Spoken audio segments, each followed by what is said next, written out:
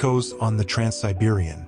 The Trans-Siberian Express rumbled to life, its iron serpent body groaning as it pulled away from the Moscow platform. I, Nadia, watched the city shrink into a watercolor blur, a tiny pang of homesickness settling in my stomach, but excitement quickly eclipsed it. The Trans-Siberian was a legend, a steel ribbon traversing 8 time zones and a continent's worth of wilderness. It was a journey etched in my soul since childhood. My cabin was Spartan but cozy, the rhythmic clickety-clack of the train lulling me into a light doze. I awoke with a start, the train noticeably slower, chugging through a dense pine forest.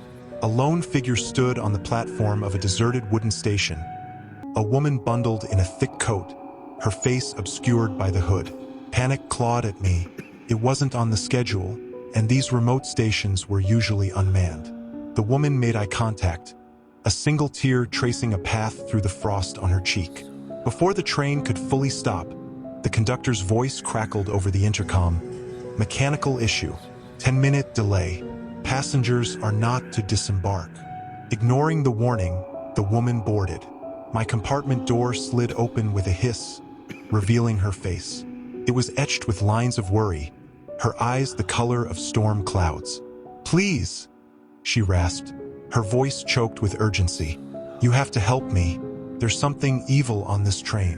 My rational mind scoffed. Yet, there was a raw desperation in her eyes that resonated deep within me. "Evil," I whispered, skepticism battling a flicker of fear. "The Leshy," she breathed, her voice barely above a whisper. "A forest spirit of darkness. It consumes life force, leaving behind hollow husks of passengers." Her words were fantastical, yet the chilling sincerity in her eyes. "You must believe me," she pleaded. "I saw it. Already 2 are gone. Their souls extinguished." Before I could respond, the train lurched forward, the woman darting back onto the platform. The encounter left me unnerved. Was she delusional, or was there a sliver of truth in her terror? Doubt gnawed at me for hours. Then, dusk began to paint the passing scenery in shades of twilight. An unsettling stillness descended upon the train. My unease morphed into a suffocating dread when I saw the first victim, a young man, his face ashen, his eyes vacant. He walked with a mechanical gait, his body a mere shell animated by some unseen force. Then came the second, an elderly woman, her eyes hollow, her once vibrant smile a grotesque parody. Panic clawed at my throat. The woman's words echoed in my mind: Leshy, a forest spirit, a devourer of souls. Nightfall plunged the train into an inky blackness. The only illumination came from flickering fluorescent lights in the corridor, casting grotesque shadows on the swaying walls.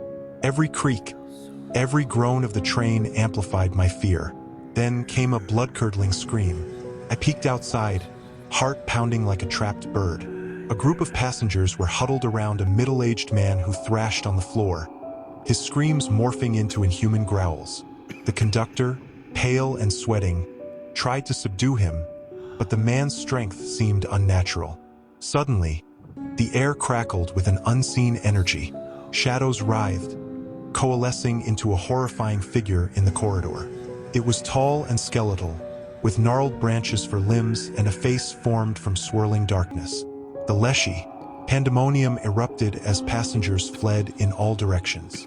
I sprinted down the corridor, adrenaline masking the growing despair. But the Leshy was a blur, its gnarled claws snatching at fleeing passengers. I saw a young couple, their screams abruptly cut short as they were engulfed by the shadows. The train became a labyrinth of terror. Hiding in a deserted storage compartment, I discovered the woman I met earlier. Tears streamed down her face. "We need to stop the train," she said, her voice hoarse. "There's a ritual, an ancient one, to appease the Leshy." She explained it was a desperate gamble, requiring 3 items: a crow feather, a handful of salt, and a personal belonging imbued with strong positive emotions. She had the feather. I had a worn photograph of my late grandmother, my most cherished possession. But the salt? Hope flickered. I remembered a small pouch in my bag, a souvenir from the Moscow markets, filled with Himalayan pink salt. It felt like a sign, a desperate beacon in the engulfing darkness. Together, we crept through the train, the rhythmic clickety-clack now a chilling lullaby of terror. We found the conductor hiding in a locked office. Using a crowbar from the storage compartment, we pried open the door. The conductor, a burly man with a thick mustache, looked like a cornered animal. "We know about the Leshy," Nadia blurted, her voice trembling. "There's a ritual to stop it." Disbelief flickered in his eyes, then a glimmer of hope. He admitted he'd heard whispers of a dark entity haunting the Trans-Siberian. Whispers kept quiet to avoid panic. He revealed a secret compartment in the engine room, a small pouch containing a crow feather, a desperate failsafe he'd never dared to use. The engine room was a cacophony of heat and clanking machinery. With pounding hearts and sweaty palms, we performed the ritual. Nadia, surprisingly knowledgeable about the ancient ceremony, chanted verses in a language that sounded like the wind whistling through pines. We scattered the salt, the crystals sparkling like tiny stars in the dimly lit room. Finally, I held the photograph aloft, channeling the warmth and love I still felt for my grandmother. The train lurched and groaned, and a wave of icy dread washed over me. Had it failed? Then, a deafening shriek echoed through the metal behemoth. The fluorescent lights flickered and died, plunging us into darkness. Panic surged through me, but Nadia's voice, calm amidst the chaos, steadied me. "It's working," she whispered. "Hold onto your memories. Hold onto your light." Suddenly, a blinding white light erupted, banishing the darkness. The air crackled with unseen energy. When the light subsided, we stumbled out of the engine room. The train was still eerily silent.